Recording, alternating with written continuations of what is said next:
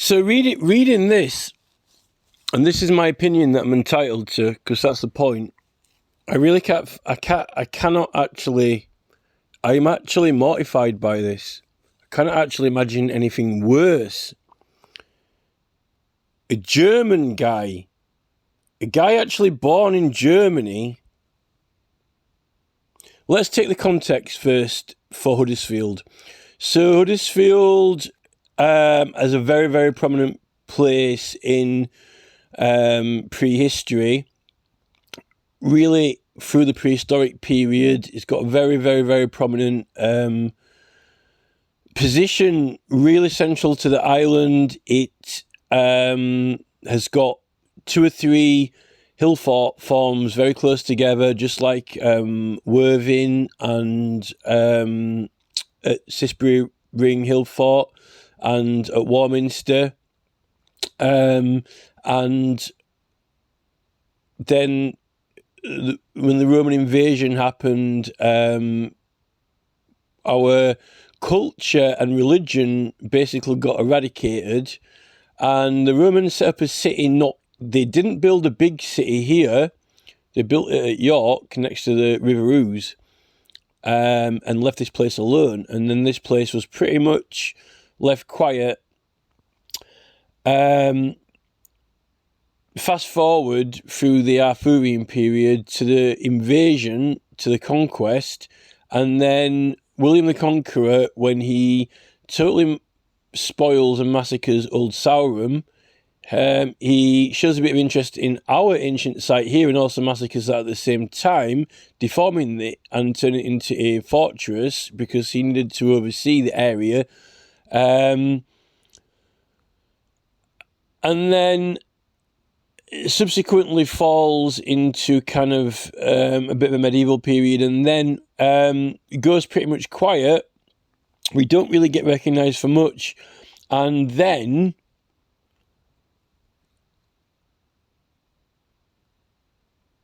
when the Civil War breaks out, coming out of the medieval period into the 1640s, really, there's a big battle between the Royalists and the Roundheads, and our side sides with the Roundheads, and there's a lot of conflict and fighting going on, and the actual royal family is ousted, and our area gets identified with Cromwell and the Roundheads, and then after the Restoration, when the king gets back in, they're not really best pleased about it all.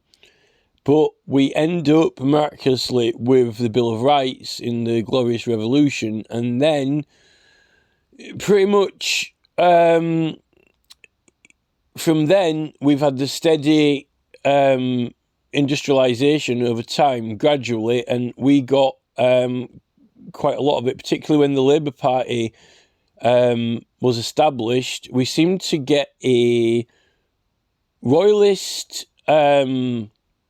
implantation on our hill fort, and then we see the gradual industrialisation of the area, which was actually left alone in peace previously.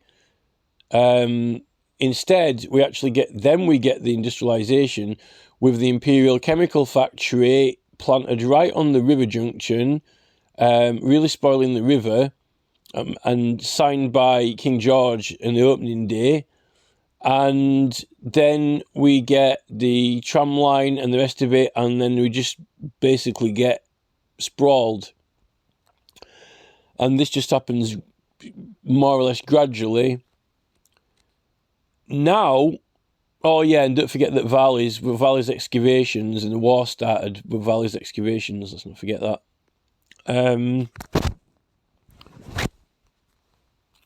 So we did have a town centre that had quite a lot of historic buildings in it, quite a lot of old buildings from the 16th and 17th century, like probably would have been more like Armonbury Village, but all around the town centre. Possibly could have even been like Warwick, but for some reason nobody really wanted to keep those, and they eventually got pulled out literally like teeth, one by one. And now we've ended up with this kind of like sort of 1800s kind of like big industrially. It's not even really that much of a mix of periods because there's hardly anything left. I mean, it would be all right if it had like a good mix of the different periods, but there's nothing really left in the town centre from before 1800 now. I think there might be one or two buildings, but that's it. So I am not a fan of the Royals at all. And reading this, right?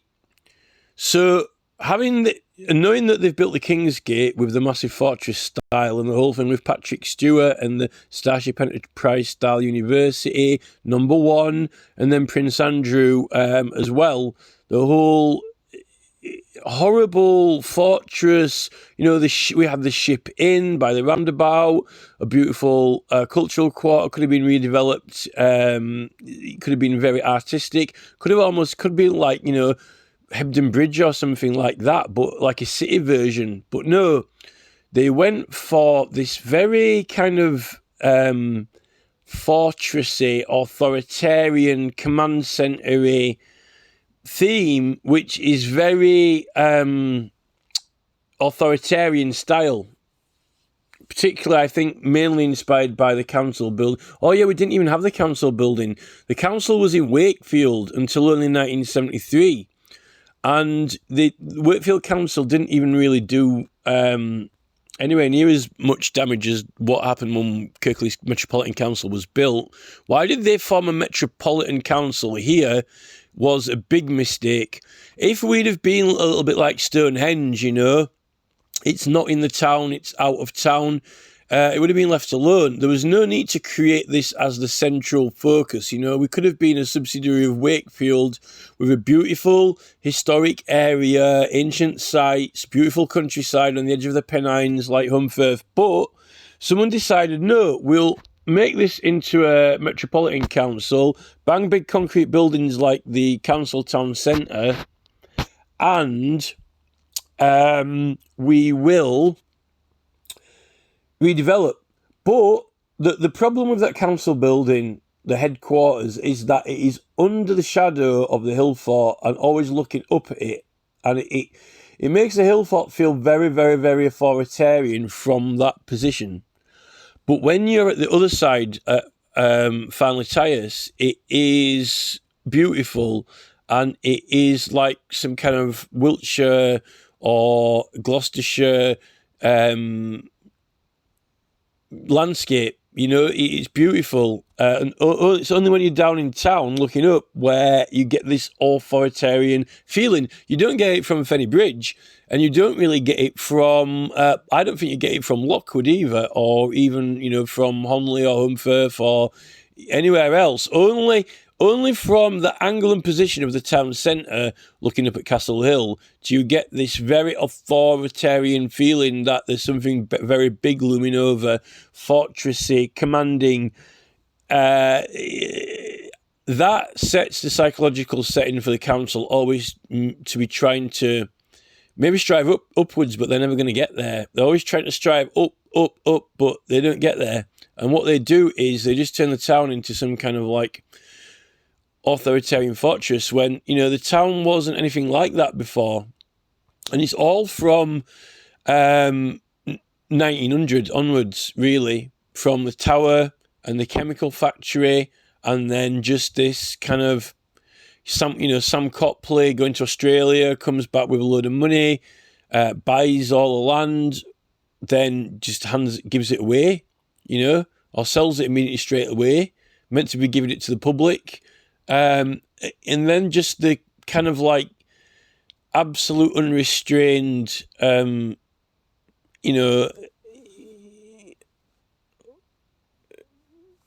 expansion. So, 1941, there's the strategy behind this, there's strategy and there is planning behind this. Born in Dresden, Germany. Okay, German guy. So, right, that's great, yeah. Our mortal enemies in the war, Germany, who bombed us all to death, including Plymouth, and the gas chambers and the rest of it. Yeah, that's it. Get a German guy to build something here as well. If you're going to go for authoritarian, then you might as well go straight to the, straight to the real deal. Studied sculpture and architecture at Birmingham College. Art, Birmingham, UK. Specialised in sculpture. So he came to England, to Birmingham. Now, the thing with Birmingham is it is concrete jungle. Even in the 1960s, that's when they did all the mad, crazy stuff in Birmingham when it basically exploded, really, the 60s and the 70s. Birmingham, concrete jungle nightmare, the best place to get ideas from to bring to Huddersfield.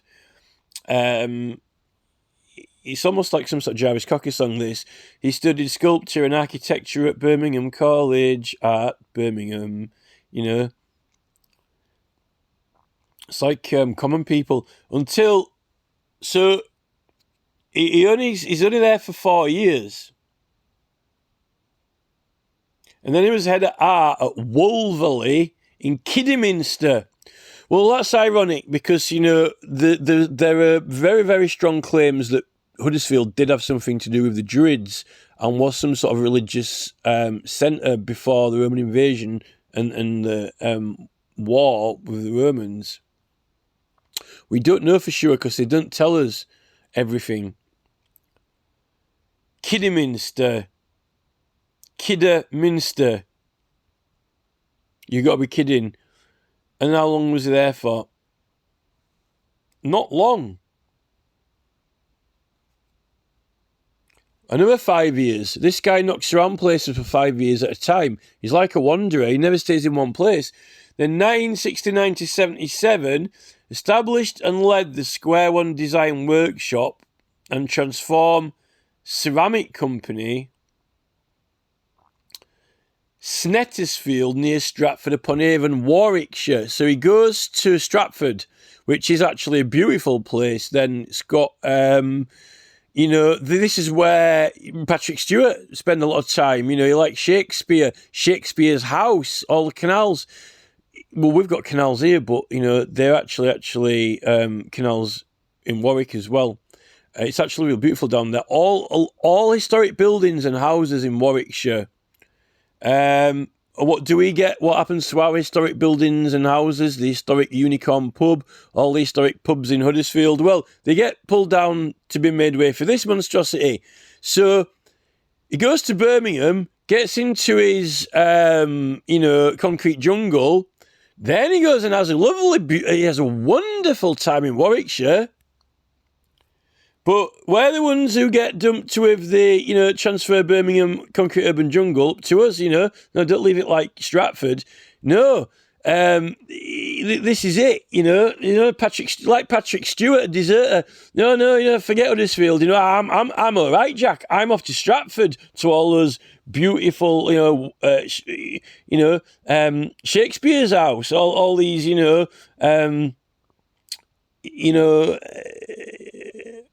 old original, buildings.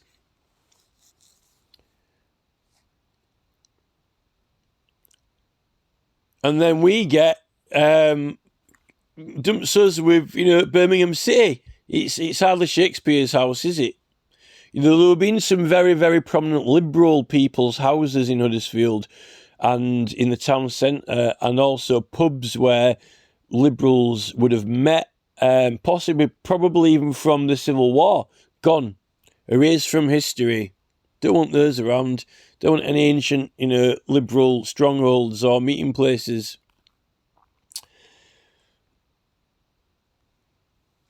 Then, 69, knocking around for another 5 or 6 years.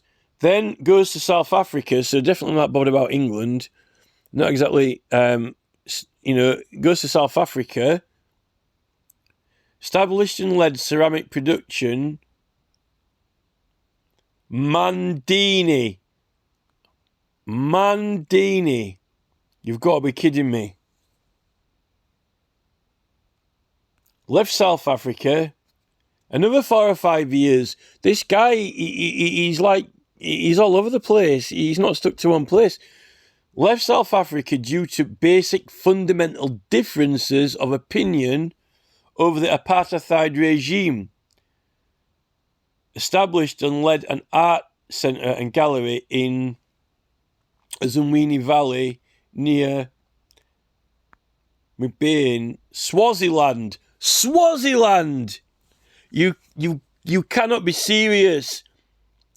He got all his African inspiration design ideas in Swaziland, and he's a German, right? And now we've got his building in Huddersfield. You cannot be serious. 992, after the destruction of the art centre and gallery, so he got destroyed. Moved back to Germany again. Well, we surely have got destroyed, haven't we? His entire town centre has been destroyed. It's hardly Stratford. Americans travel to Stratford from around the world to see Shakespeare's house. It's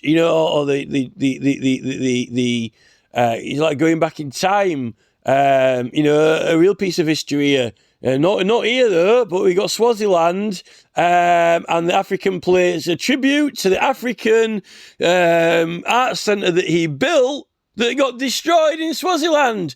Just like our ancient hill forts and sites when the Romans came over and wiped our entire religion out, and our Celtic ancestors and Druids had to retreat into Ireland and Scotland, and then Willie Conqueror comes over and massacres the rest of what's left of the hill fort when he's taking over. And here we are. Hello, Charles. God save the king. Right? A tribute to Swaziland and a demolished art centre, just like our entire original historic town. It could have been Stratford, down by the river. Could have been down by could have been getting on some punts down by the river.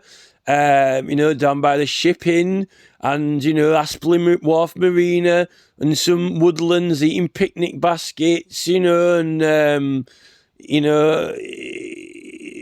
he's hardly, Manchester Canal, he's glad he saw Thorpe, coming past on a punt. Is it? Whether you're directly under the shadow of the hill fort or not. No, we're getting a food hall. Worry not. Fill your boots with the food hall. If we ain't all turned into Stay Puft Marshmallow Men, what's left of us. Fritz now lives and works in South Africa and Germany. So he's between the two, but not quite. His masterpiece is not quite pulling him over to England to admire his best work. And Germany has internationally recognised artist. Well, internationally recognised artists. What, like in the megalithic research group that we're in with the internationally renowned Newgrange art and Nof and Dof and Karnak with Howard Crowhurst internationally, or maybe the Egyptian hieroglyphics. There's something out of history. No.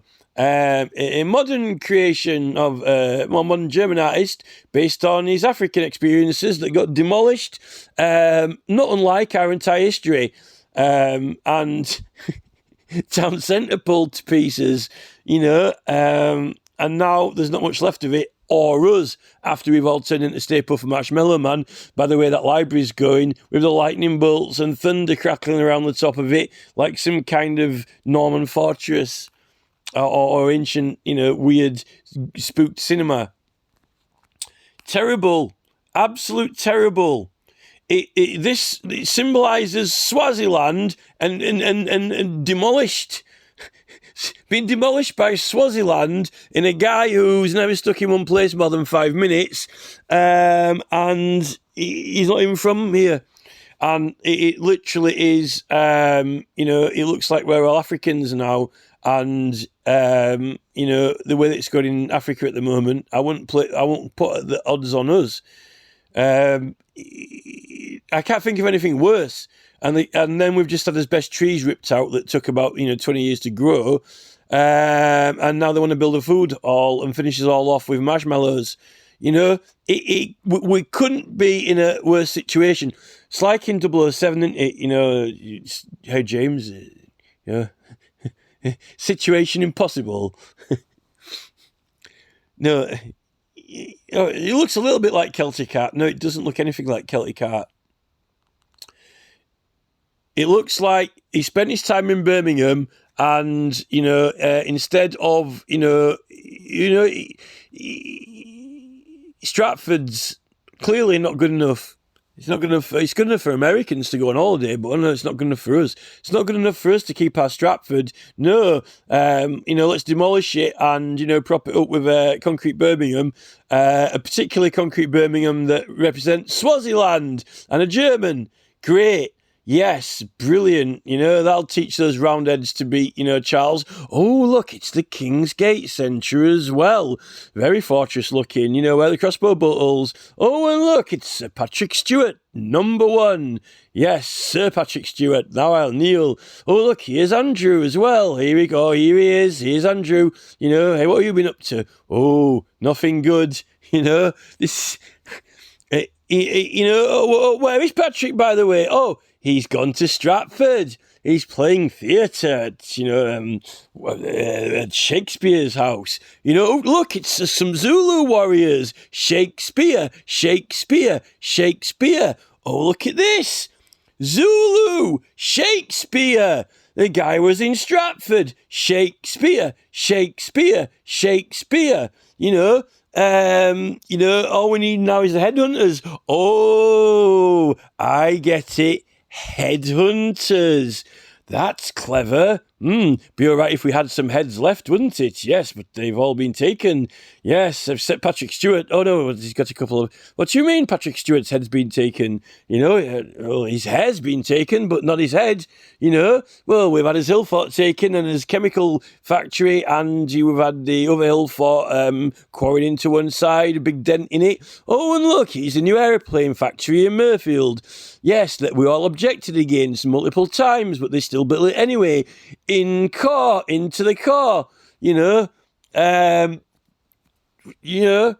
all we need now is the rest of the chemicals pumped into the food hall sandwiches, and job's a good one.